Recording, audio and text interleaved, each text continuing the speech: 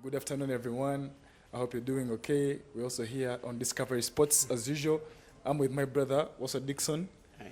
Thank you for coming. I'm good. How are you? I'm fine. How was your weekend? Cool. Yeah. Without wasting any time, let's talk about the AFCON qualification, more especially about the East African teams, because, this is where we come from. Uganda is one of those countries that have already qualified for this competition. Yeah. And I think one of the countries that did not go through is Rwanda. Why do you think this happened? Or you talk about those teams in particular, the ones that qualified? Yeah. East African teams have progressed in the past, like in the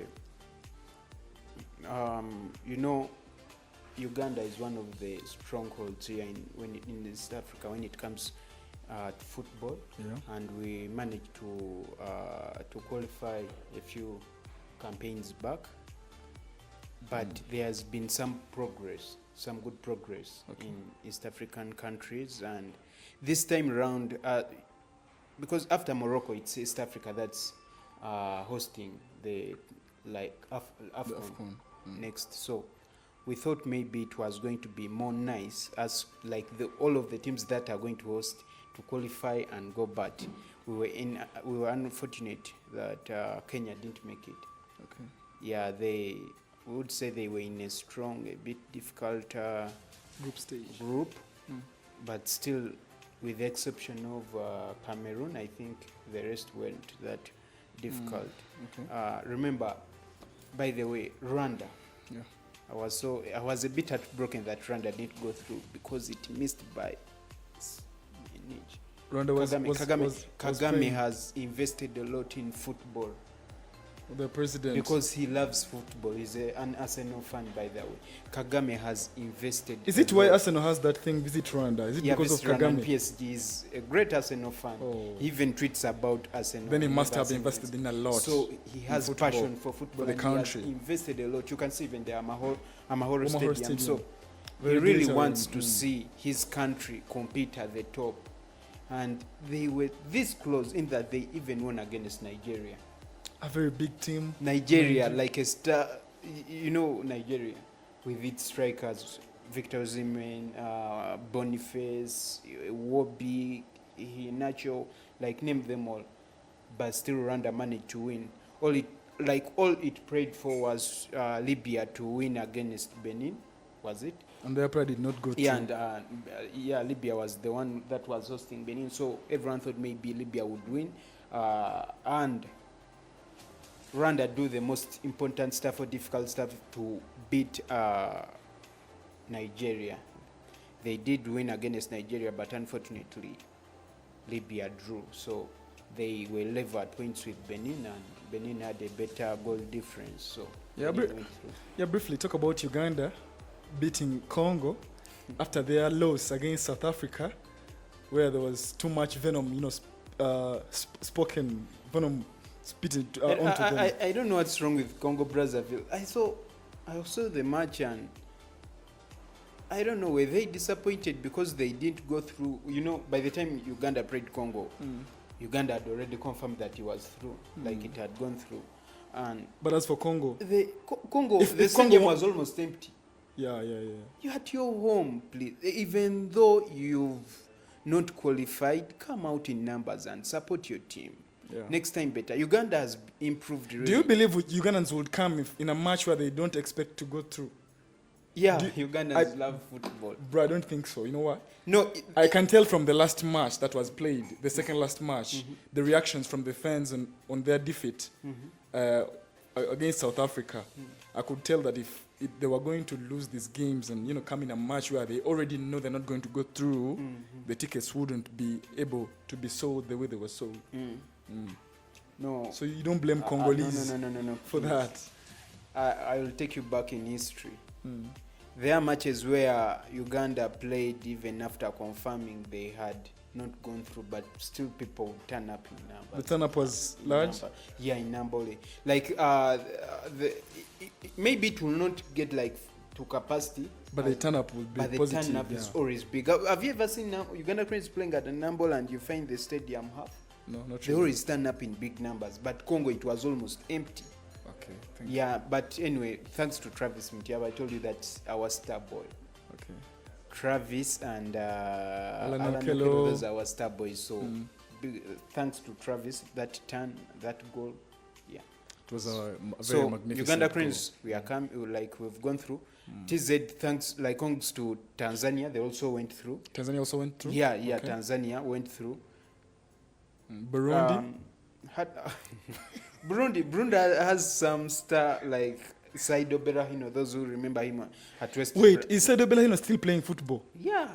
Oh my God. He's still 31, and he's the captain of Burundi. Okay. That guy, man, Saido Berahino at a certain point, people thought he was going to be a big star in English football because he used to play for the under 21 English team, and I think he scored a couple of goals, about over 10 goals for the under 21s. And I think later on, after noticing he won't be entering the senior national team, he decided to switch to Burundi. And he's been captaining them for a certain good time. Okay. They got 4 points and they couldn't make it. But regardless, hard luck for Rwanda, hard luck for Kenya. The good thing, I don't know for Rwanda, but Uganda, Kenya, Tanzania, we have a wild card for the next AFCON after Morocco. We shall qualify automatically. Wow. And for Rwanda, we pray and really wish you do qualify for the AFCON that will be here in East Africa, so that we have great numbers in that and dominate that campaign whatsoever. Thank you very much. That's it for AFCON. We shall wait and see what comes our doorway. Then secondly, we're going to have our Premier League played again, and it's because of, I think, the break that has been the international games, the games that have been played, and I think it's time for the fans who have been watching the best league in the world to enjoy this league back. And on that note, I want us to talk about the discussion about Pep Guardiola losing 4 games in a row, where he's going to play Tottenham as his next match on the weekend. And how do you think he's going to perform? Is he going to be beaten again, or is he going to rise up? Because he's going through a difficult situation now. I believe some of his injured stars, except for Rodri, are back and they are fit. I would like to believe that because they were rested. Some of them didn't go for the international break, and he has had enough time. He will have no excuse. He has had enough time. Yeah, really. To talk with the boys. De Bruyne is also back. I think he's going to play. He played the other match. I'm saying he's going to start this match. I believe. I would like to believe he will start against Spurs. And I don't know why I'm thinking otherwise. I'm thinking Tottenham is going to make it hard for Man City, because they now have a point to prove that we can also, cause headache to them, because they've seen how the kinds of Brighton have been dominating, how they've won against a team like Man City. When the world, especially Arsenal fans, wanted Spurs to win against City, that was last season, Son missed one of the, I don't know, greatest one chances of of the all time. chances of all time. To give Arsenal And a chance to, City won. Spurs, those who have been watching Spurs has been struggling this season, and I don't think they will injure Pep Guardiola. Guardiola is going to win this match. I would like to believe that. Okay. Yeah, Spurs has been poor. Yeah. It even lost against Ipswich, if you do remember. I do remember. Yeah. So these are two You see, teams. I told you one day. These are two teams that have I told been you one day having- that Premier League is not an easy league. I Team know. like Ipswich is going to come and cause chaos. No, we are of course most of all, that can happen. but not more often. But not Yeah. often. So we are having two teams that have had a poor run meet, Okay. and It's going I to be believe a joy to watch. City will win. Pep Guardiola is going to win and is going to turn his season around, because he knows this is the time. He will not wait for January. After January, Pep, after the international, after that winter break, however much the Premier League doesn't go for the winter breaks, Pep starts his thing. He doesn't lose matches. And he knows this time around, if Liverpool leaves him with a big gap, he might not catch up. So I believe Pep is going to start now his thing. Yeah. He's going to open fire. Thank you very much. I believe he's going to win matches. The newly appointed coach for Manchester United, Amorim. Yeah, the gaffer. I've seen more videos of him in training, very serious at the Old Trafford, serious working on with the players. I saw him with Kobe Mino and the likes of some players from Manchester United. Talking about the last time, because Van Nistelrooy was the one in charge for the last moments, and maybe some fans expected he would stay, only for him to have that call from Amorim that, bro, I have my team I'm working with, I don't expect to see you there. Talk about his expected performance with Manchester United. You know, whenever a team changes managers and they bring in someone new, there is that buzz around him. And Amorim, just like Ten Hag and the others, Mourinho and Van Gaal. I remember the times when Van Gaal was announced that he will be the next manager. We were still in the World Cup. I don't remember, was it the one in Brazil? And everyone was like, wow. And Manchester United fans started following him up. I remember him making one substitution. He substituted off a goalkeeper. Then the goalkeeper changed the match, and they was like, "That's what we need." The manager was got to change stuff, But when he came, things happened. I even saw Anthony in the training doing some magic. Yeah. When they announced Jose Mourinho, everyone was like, yeah, now we have a winner. Mourinho came, Mourinho special win. one. And then they were like, no, we need a manager there. Whom did they bring there? I think it was it Sosha? Sosha came in and won matches, and now we have gotten, we have our young boy. He knows the team. Where are you trying to derive this point? It's like you're trying to, I'm trying to remind you the buzz around every manager who comes in. When Sosha came, and now this is our boy. Even went I do remember 11 consecutive matches without losing. This is our boy. He's our legend. He knows the team. He knows everything. Things happened. They brought an interim manager. They had now, Ralph Ragnick is the one who taught Twitch and Klopp the game pressing. Teacher. This one is a teacher. See, the kids are pressing, but yes, they were good at pressing by then. But after pressing, what were they doing? Nothing. He went. They brought Ten Hag, the Ajax maestro. He had done things at Ajax, and they feel like, Ajax isn't that good, with fans and everything. They just grow, they just develop players. But now he has come to a team that has fans and everything. They gave this guy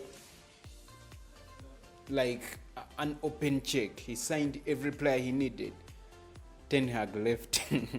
Now there is Amorim. Right about now we have Amorim. Everyone thinks that is, Amorim, by the way, he played with guys, he's going to work with a team which has people he has already either played with or played against.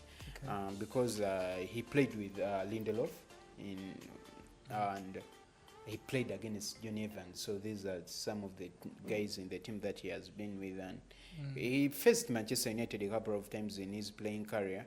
He has been a good manager at Sporting Lisbon, very perfect. He had a perfect season, a perfect start of this season. He hasn't lost any match, and I believe he will be a good manager. But man, the Premier League tests, and teams like Manchester United don't have that patience. So for Amorim, let's wait and see what he's going to do. But just like I told you, this buzz, let's not be carried away with this buzz around him. Things might turn, but we wish him well. Things can turn and things might fail him. But you wish him well.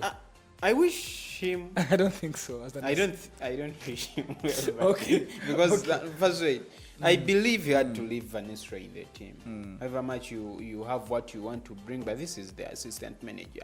He will help you, maybe connect you with the players because he already knows the team, and he might help you connect in some way, the bond between the players and you.